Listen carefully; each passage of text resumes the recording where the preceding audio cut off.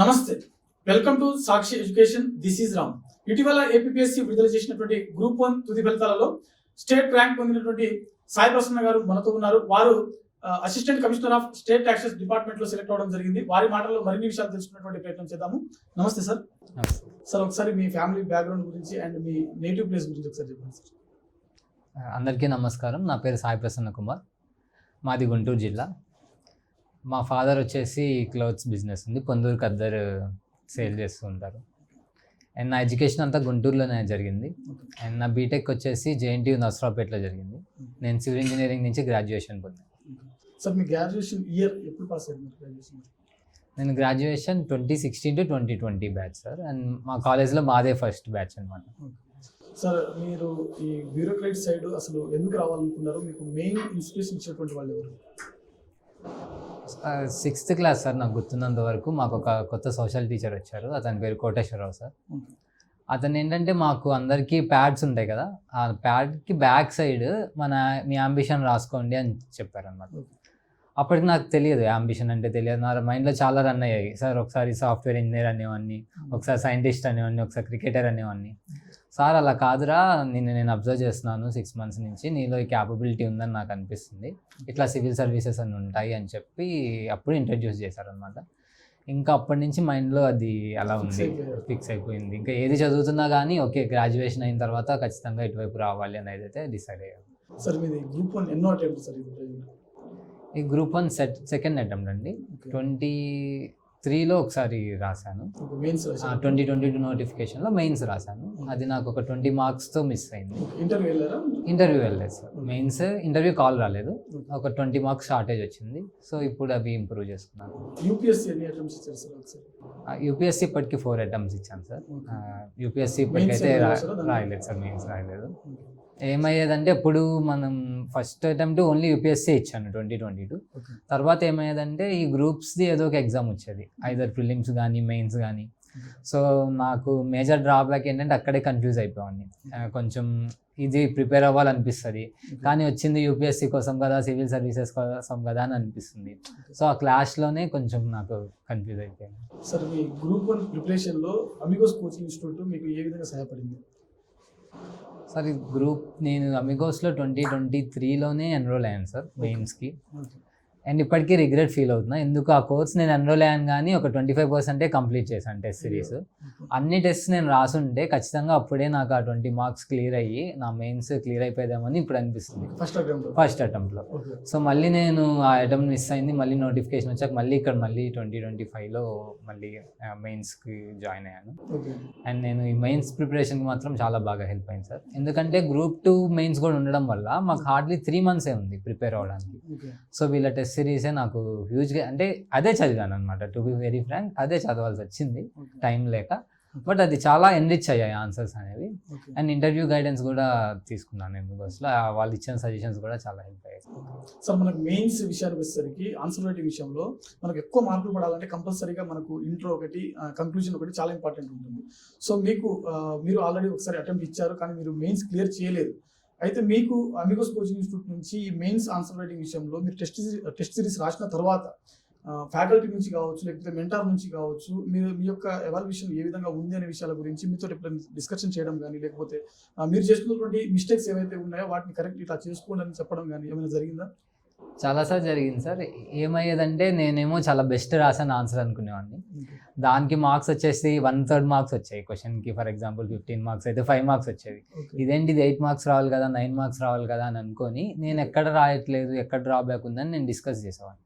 అలా డిస్కస్ చేయడం వల్ల ఆన్సర్ రైటింగ్ అనేది చాలా ఇంప్రూవ్ అయింది సార్. అండ్ మనం మేజర్గా ఏం ఫేస్ చేస్తామంటే సార్, ఏం చదవాలో అర్థం కాదు సార్. మెయిన్స్కి వెరైటీ ఆఫ్ టాపిక్స్ ఉంటాయి, ఏ టాపిక్స్ మనం కాన్సన్ట్రేట్ చేయాలి అనేది అర్థం కాదు. సో ఈ టెస్ట్ సిరీస్ వల్ల ఏమైందంటే మాకు ఈ ఇయర్ ఏ కోర్ ఏరియాస్ ఉన్నాయి, ఏ కోర్ ఏరియాస్ మీద ఫోకస్ చేస్తే మనకి క్వశ్చన్స్ వస్తాయి, వాటి మీద ఫోకస్ చేయడానికి టెస్ట్ సిరీస్ అనేది చాలా బాగా హెల్ప్ అయింది. సార్, మీరు ఆల్రెడీ ఇంటర్వ్యూ కూడా ఇక్కడనే తీసుకున్నామని చెప్పారు. సో ఇంటర్వ్యూ ప్యానల్ వచ్చేసరికి మీకు బోర్డులో మీరు ఏదైతే ఫేస్ చేశారో సేమ్ మీకు ఇక్కడ అమిగోస్ కోచింగ్ ఇన్స్టిట్యూట్లో మీరు మాక్ ఇంటర్వ్యూ ఇచ్చినటువంటి ఈ ఇంటర్వ్యూ ఏదైతే ఉందో ఎంతవరకు మీకు హెల్ప్ అయింది సార్? సార్, ఇంటర్వ్యూ వచ్చేటప్పటికి మెయిన్లీ నా డాఫ్ మీద జరిగింది సార్ ఇక్కడ. సేమ్ నాకు మెయిన్ ఇంటర్వ్యూ కూడా నా డాఫ్ బేస్డ్ క్వశ్చన్స్ వచ్చాయి. నా Okay. గ్రాడ్యుయేషన్ కానీ, ఓకే నేను బీటెక్లో చేసిన యాక్టివిటీస్ కానీ, ఓకే ఆ క్వశ్చన్స్ చాలా వరకు రిఫ్లెక్ట్ అయ్యాయి అనమాట.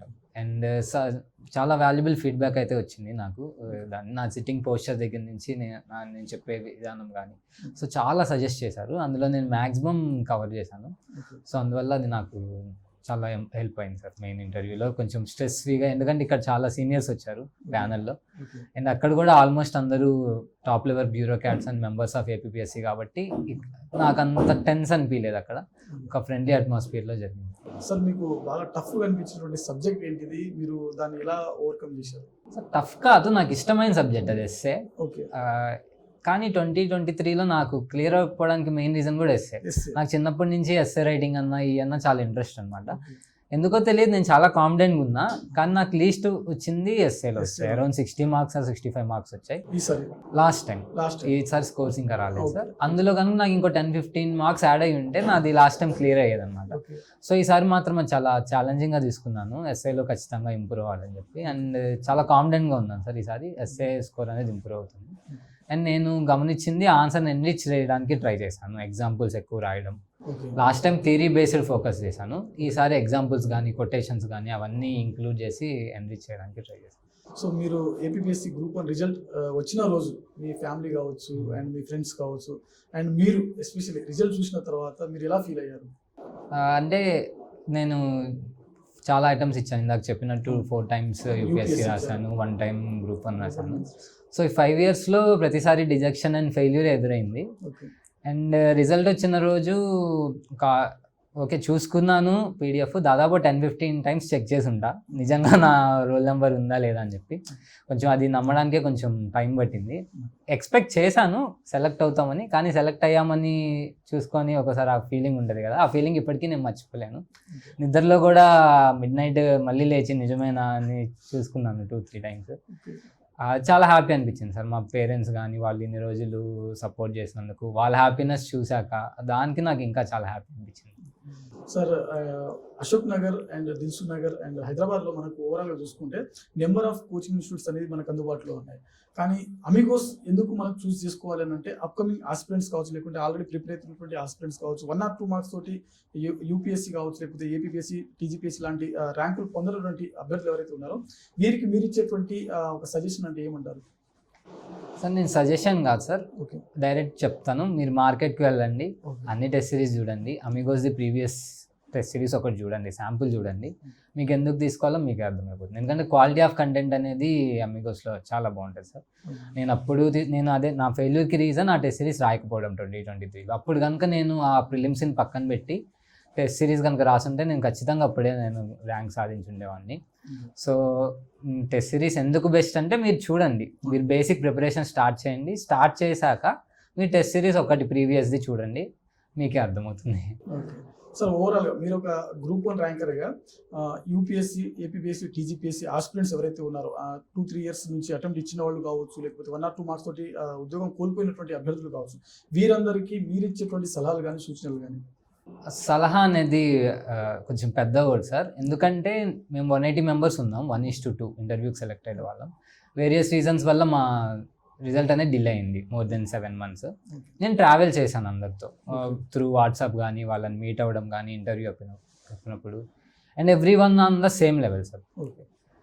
ఏంటి ఇష్యూ అంటే సమ్ టైమ్స్ లెక్ ఫేవర్స్, మనం ప్రిపేర్ అయిన టాపిక్ బాగా వచ్చి ఉండొచ్చు. ఇప్పుడు నేను సెలెక్ట్ అయ్యానంటే నేను బాగా ప్రిపేర్ అయిన టాపిక్ ఒక 2-3 papers నాకు హెల్ప్ అయి ఉంటాయి, వాళ్ళకి అవి కొంచెం హెల్ప్ అవ్వకపోయి ఉండొచ్చు.